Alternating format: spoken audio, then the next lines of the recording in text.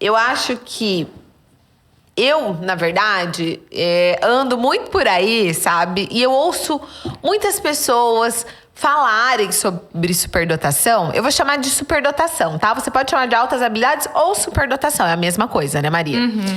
E eu ouço muitas pessoas falarem sobre superdotação de uma maneira equivocada. Então eu pensei, melhor coisa pra gente esclarecer esses assuntos e tirar dúvidas, de repente, de quem tá lá em casa, de uma mãe que olha pro seu filho e fala assim, meu Deus, será que meu filho é superdotado?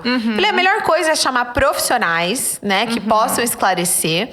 E além disso, hoje a gente começa, eu tô chamando de uma dobradinha de programas. Então hoje eu tô aqui com você, a gente tá falando sobre esse aspecto um pouco mais teórico.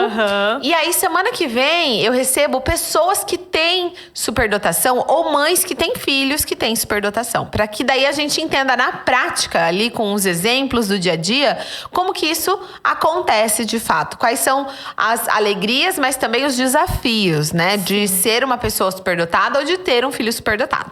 Então esse é o meu plano. E aí eu queria que você começasse, então, esclarecendo para nós que somos leigos no assunto, o que é altas habilidades ou superdotação. Leila, primeiro eu gostaria de explicar um pouquinho como eu entrei nisso e como a gente chega nesse conceito. Porque o que acontece? Eu também tinha uma ideia muito errada de superdotação.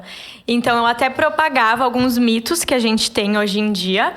E eu comecei com isso porque eu recebi um caso de suspeita de altas habilidades lá na UEL, quando eu era estagiária. E foi aí que eu fui procurar saber mais sobre isso. Então, na minha concepção, era um diagnóstico. E estava no DSM, no manual, estava no CID. E aí eu fui atrás de estudar e não era um diagnóstico. Olha que interessante isso, gente. Então, a gente não fala hoje em diagnosticar, a gente fala em identificar altas habilidades superdotação.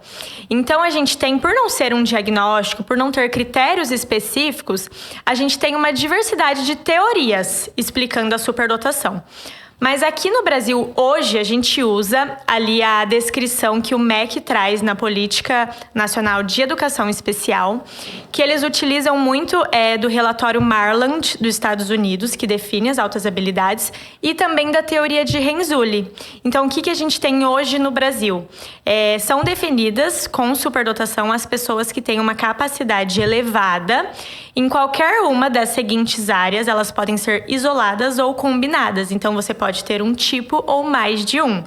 E são 5 áreas que a gente fala. A intelectual, que é a que a gente conhece, mas não é a única.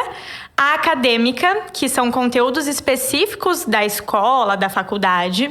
A gente tem a liderança, que também é muito interessante. Então, a gente tem a superdotação voltada para a liderança. São pessoas que têm uma habilidade de liderar muito alta. A gente tem a psicomotricidade, que é voltada para o esporte.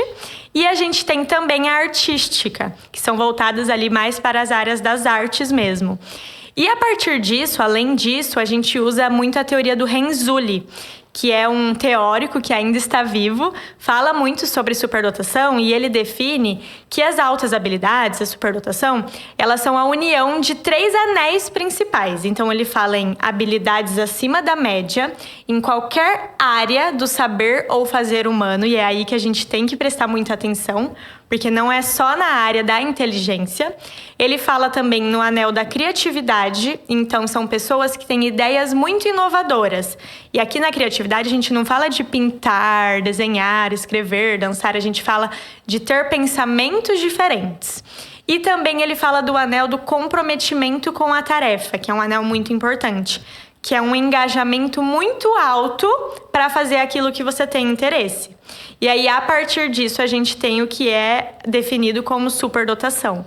Então, é uma área muito ampla, não é um público homogêneo, então não tem critérios específicos.